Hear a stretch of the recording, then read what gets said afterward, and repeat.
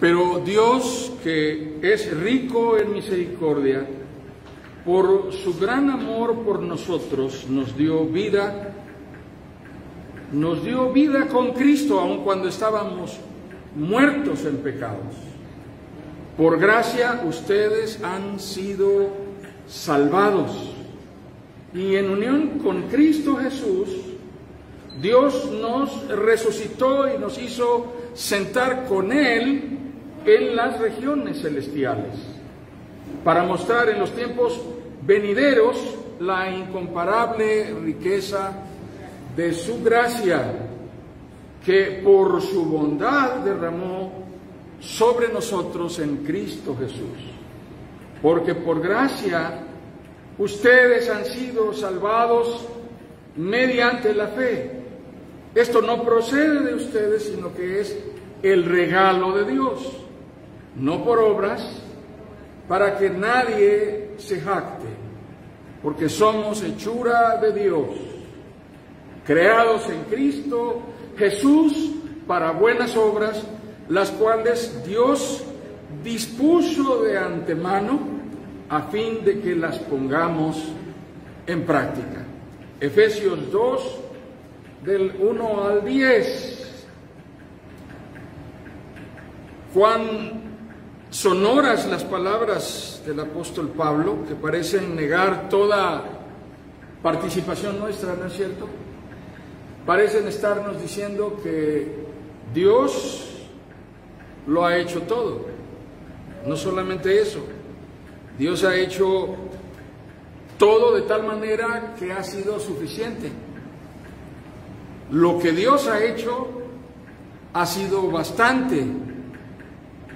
Quiero enfatizar cuántas veces en la porción que acabamos de leer habla de nosotros, de manera que somos receptores pasivos de actos dinámicos, activos de parte de Dios. Fuimos hechos, quiere decir que no nos hicimos nosotros, nos escogió, no participamos nosotros.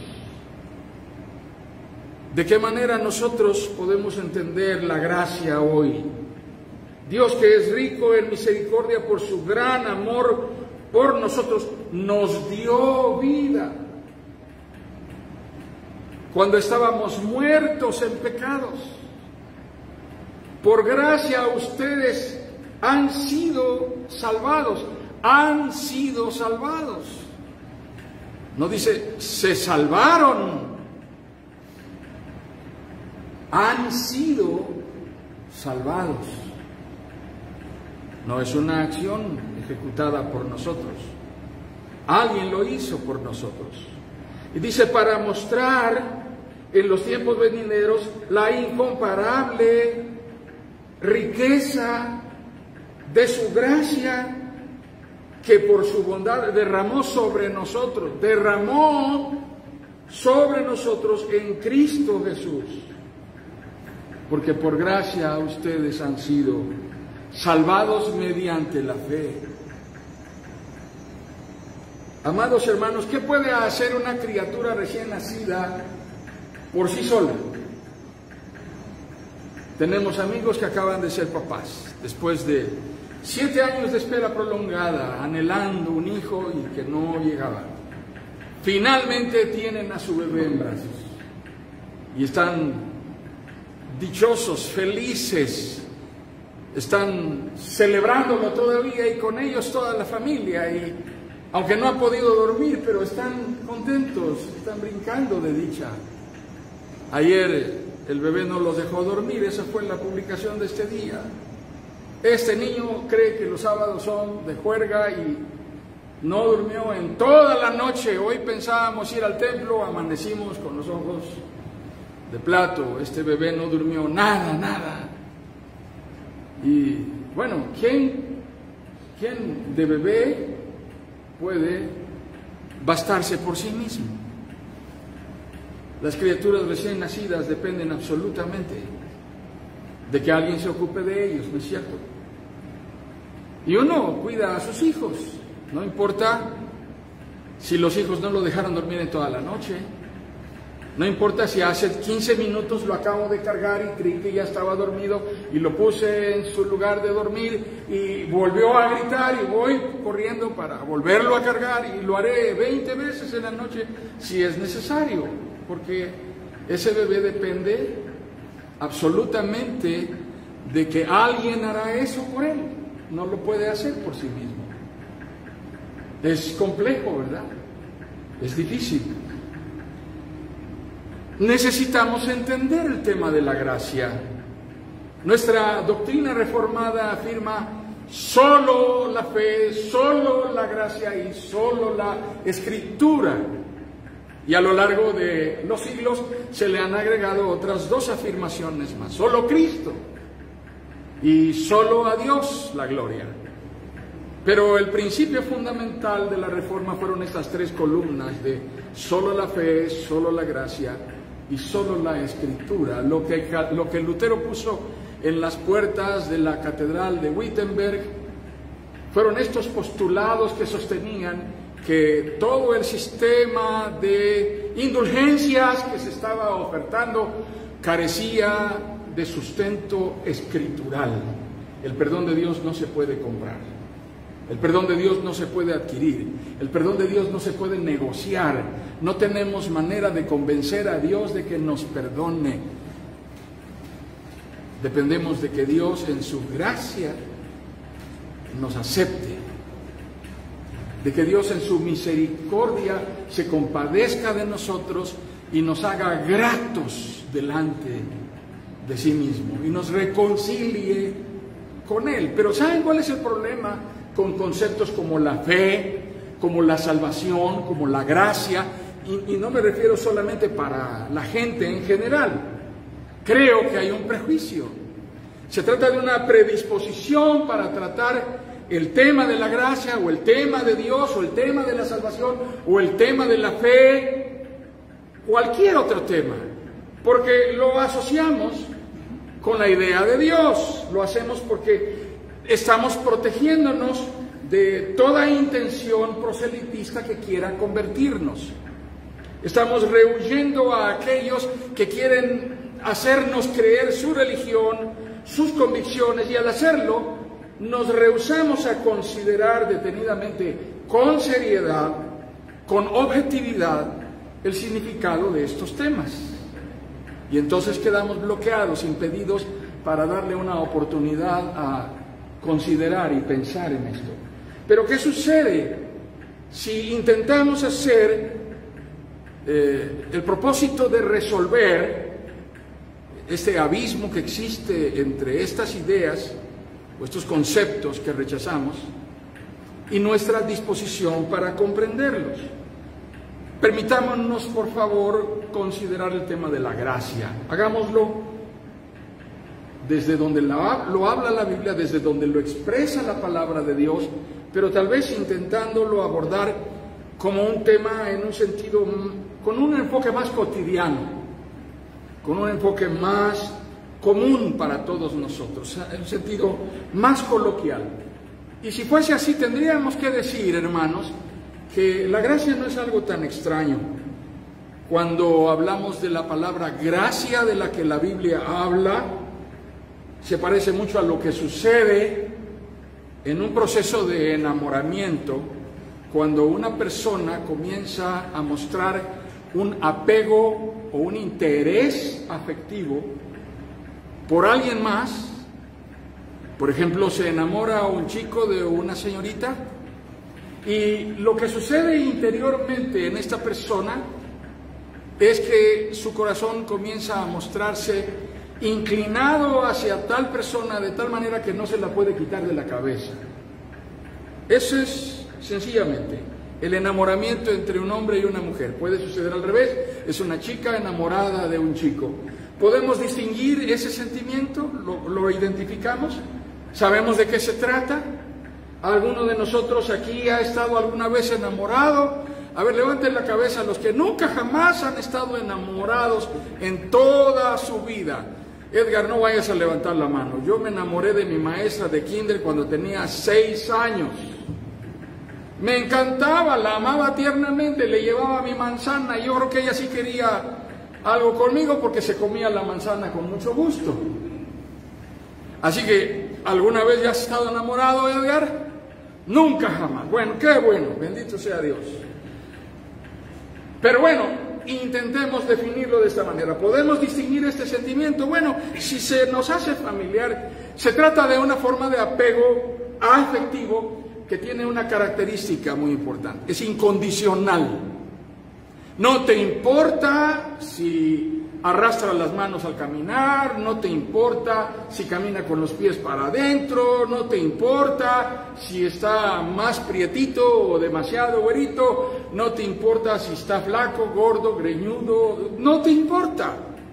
Tu corazón se rindió hacia esa persona.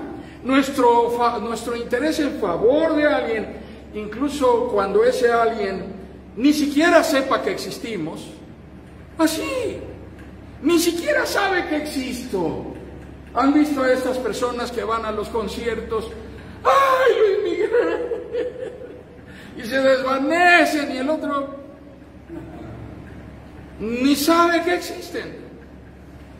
Se mueren por tener un autógrafo de la persona y el otro firma 100 en esa noche y le dice a sus guaruras: ya quítenmelas, por favor, ya me fastidié. Así que esto lo hemos comentado en otras ocasiones. La palabra gracia viene de un vocablo que nos es familiar. Significa don o regalo, en el sentido más coloquial. De ahí mismo proceden los conceptos de gratuidad o gratuito, gratificación, agrado y otras más. Gratis, por ejemplo. Cada vez que ustedes vean gratis en un comercial, se refiere a este mismo vocablo del que habla la Biblia. Se refiere a esto precisamente.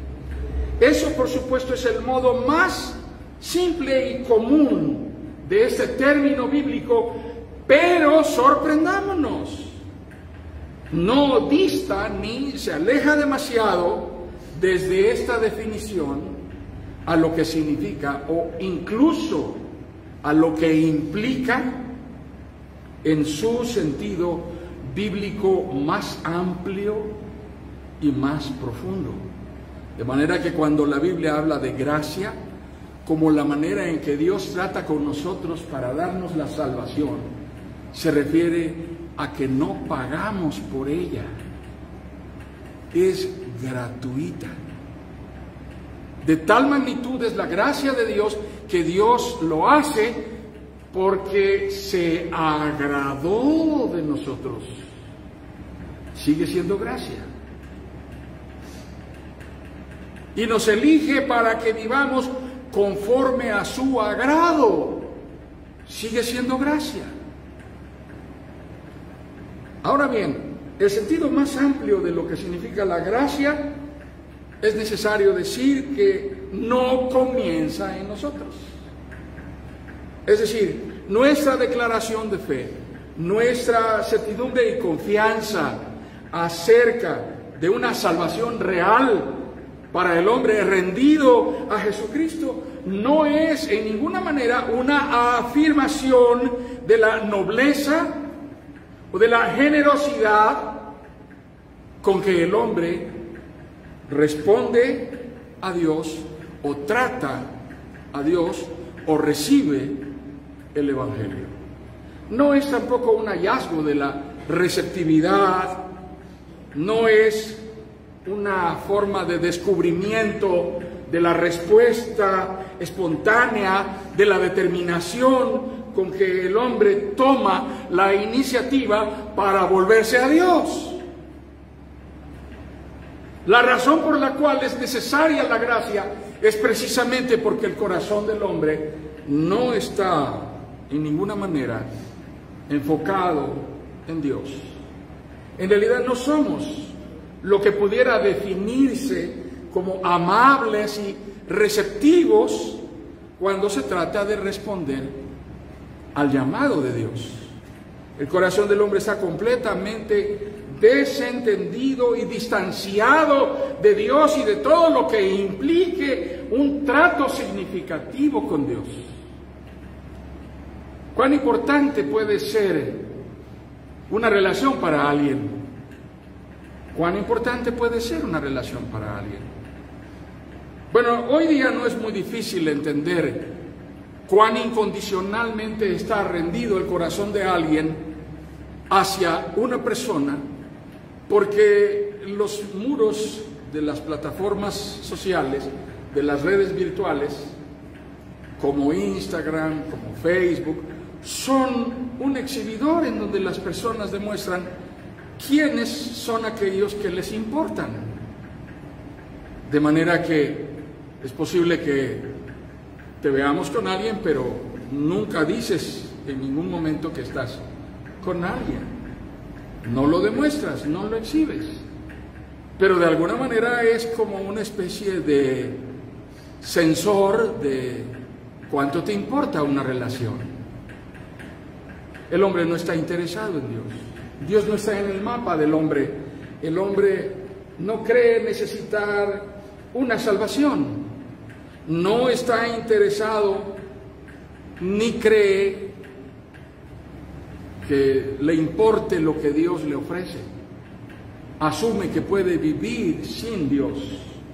La única apreciación con la cual nos acercamos a un tema como ese es para encasillarlo en un archivo, como sucede con las cosas que recibimos a través de WhatsApp o a través de Messenger o todo lo que nos llega a nuestro aparato celular o a través del correo electrónico.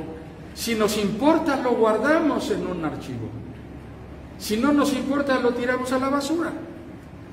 Así que vamos guardando archivos y les vamos poniendo una etiqueta cuando nos importa.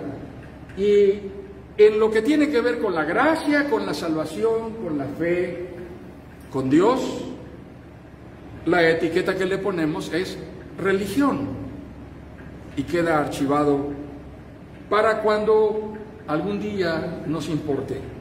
Eso exactamente es lo que sucederá aun cuando hubieses crecido en una iglesia o en un hogar cristiano, típicamente cristiano. Crecerás, llegarás a un momento en el cual te dejará de interesar, te dejará de importar. Pensarás que otras cosas que son distractores, que imponen más una demanda de tu atención sobre ti, son dignos de mayor interés y entonces te enfocarás en ellos. Difícilmente una persona común considerará relevante o trascendente ocuparse de todo lo que está relacionado con el tema de Dios o con la etiqueta de religión hasta que comience un proceso de madurez. Me refiero a ese momento en un trayecto sinuoso, en un trayecto complicado, cuando tu vida ha comenzado a adquirir cargas agobiantes y entonces te sientes confrontado por algo que te exige responsabilidad, que te exige cumplir con deberes en la vida. Y entonces te ves expuesto a una realidad devastadora. Por ejemplo, ahora sucede que estás en el riesgo de sufrir una pérdida, una dolorosa pérdida, una pérdida significativa, profunda en tu vida que te puede marcar. Y entonces es posible que reacciones con un pensamiento en relación con el archivo que tienes guardado, Dios, en relación con eso que guardaste en algún momento. Posiblemente el adolescente que desdeñó todo lo relacionado con Dios comenzará a tomar en serio la noción que tiene de Dios cuando es padre y tiene un hijo que le importa y a medianoche descubre que tiene fiebre y no tiene a quién acudir y se acuerda que alguna vez siendo niño en la iglesia aprendió a orar y sin ningún otro recurso más dobla su rodilla junto a la cama de su hijo y clama por la misericordia de Dios. Las realidades de la vida suelen ser un poderoso instrumento para sensibilizarnos acerca de buscar a Dios con seriedad. Pero en muchas ocasiones sucederá que no tendremos tiempo para pensar en esto hasta que no estemos viviendo ese tránsito difícil y complicado. Así que hablar de lo que significa la gracia de Dios nos llevará a reconocer que la salvación se trata de Dios. Se trata de Dios, de lo que Dios es. Se trata de lo que Dios hace. Observen cómo el apóstol Pablo insiste en decir, por su gran amor y misericordia. Eso fue lo que movió el corazón de Dios. Su gran amor y misericordia, que manifestó en su Hijo Jesucristo.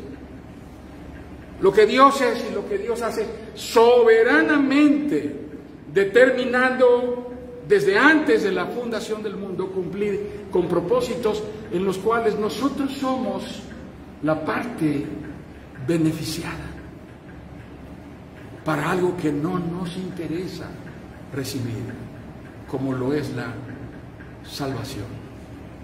Entender esto nos llevará a un mayor discernimiento acerca de cómo la gracia de Dios debe dejarse a un lado como si se tratara de un asunto pertinente para moribundos y desahuciados. Dejemos de pensar que la gracia de Dios solamente aplica para personas que están a punto de morir o gente que ya está en fase terminal o con un respirador conectado. Dejemos de pensar eso. Porque sin la gracia con la que Dios hace todas las cosas, nosotros no existiríamos, hermanos.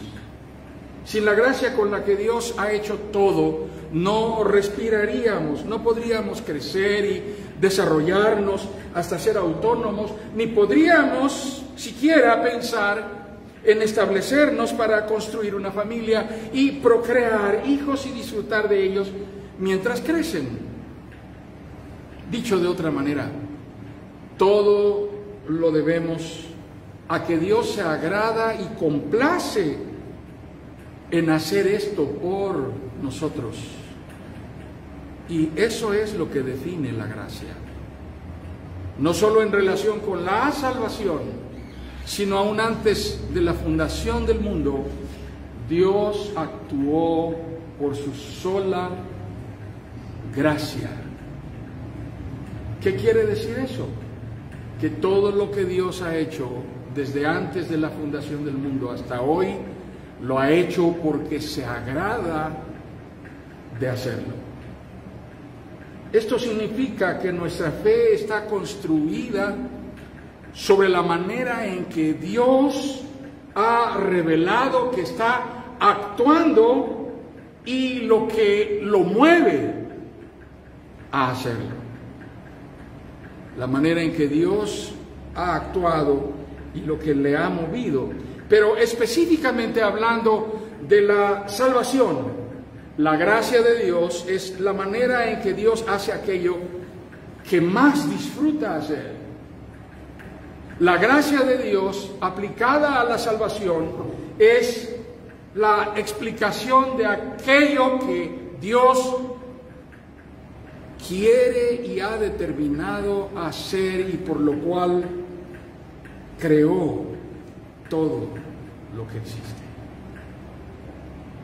Lo que le complace hacer y lo que hace en beneficio de aquellos a quienes Él eligió y de quienes Él se agradó.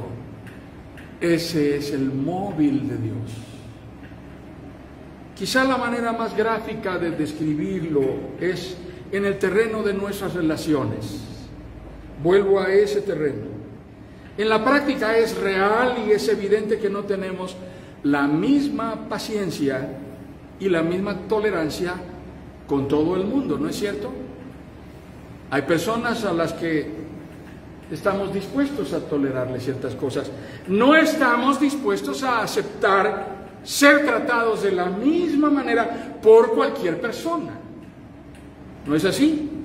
Constantemente podemos descubrirnos poniendo límites para mostrarles a los demás hasta dónde pueden llegar y qué es aquello que jamás les permitiremos en su trato para con nosotros. Así que te bajas del taxi, le das un billete al taxista y cuando te devuelve el cambio te toma la mano y te dice: que te vaya bien, amiguis. Y tú sientes como la sangre comienza a subirse de tus pies a la cabeza y tienes ganas de ir a darle la vuelta al coche, abrirle la puerta, sentarle un par de bofetadas y decirle: mídase, porque no somos ni siquiera conocidos y a mí me va a respetar. Bueno, tal vez no lo has hecho, pero ¿has sentido eso? ¿Sabes de qué estoy hablando?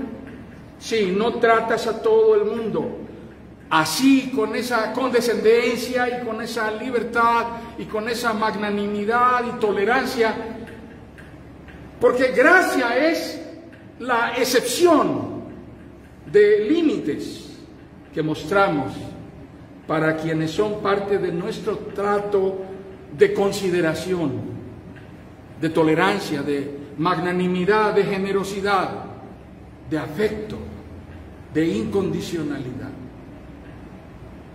Así que llega alguien a tu casa y le ofreces un vaso de agua fresca y cuando estás sentado contigo en la sala platicando, tu amiga y su niño que viene acompañándola, el niño hace un giro inesperado, tropieza el vaso de agua de Jamaica y cae sobre tu alfombra hermosa, blanca, mullida, y aquello se desparrama como si alguien hubiese vomitado sangre, y tu amiga te dice: ¡ay, amiga, qué vergüenza tan grande! Y tus colores cambian y tu semblante te hace reaccionar.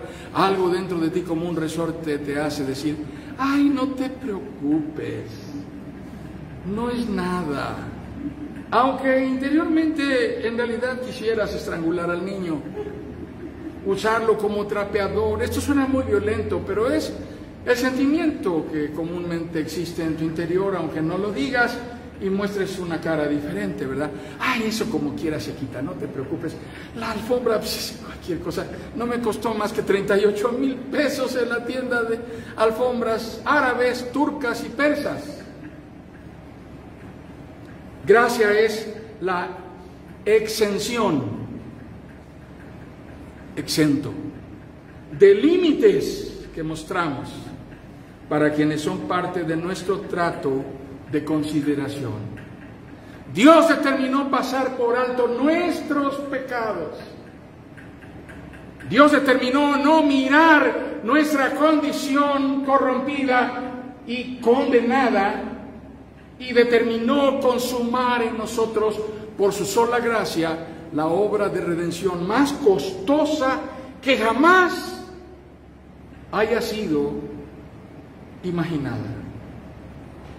Porque el precio que pagó fue la sangre derramada de su propio Hijo, Jesucristo, para que tú y yo pudiésemos ser presentados como agradables delante de Él, sin importar que volvíamos a Él como el hijo pródigo venía maloliente de haber estado cuidando los chiqueros ajenos por mendrugos de pan, en cambio de estar en la casa del Padre. Quiero compartir con ustedes esta porción de la palabra que está en la epístola del apóstol San Pablo a Tito, y quiero que estas palabras queden en nuestro corazón. Tito capítulo 3, y leo los versículos 3 al 7. En otro tiempo, también nosotros éramos necios y desobedientes, estábamos descarriados y éramos esclavos de todo género de pasiones y placeres. Vivíamos en la malicia y en la envidia. Éramos detestables y nos odiábamos unos a otros.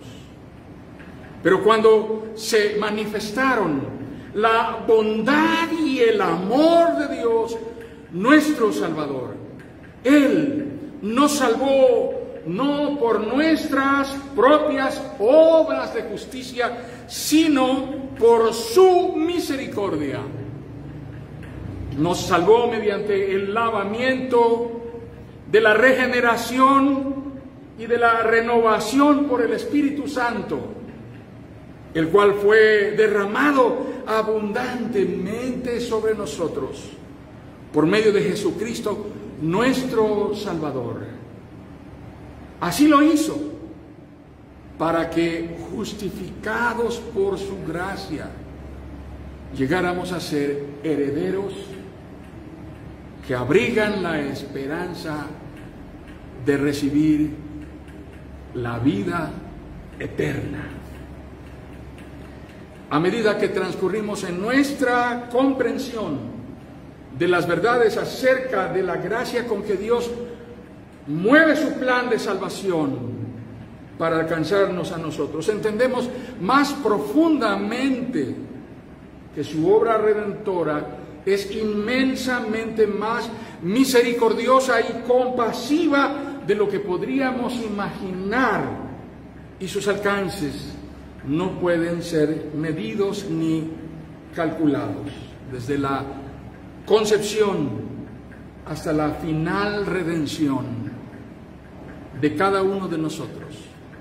Vivir y disfrutar de la sobreabundante gracia de Dios lo es todo.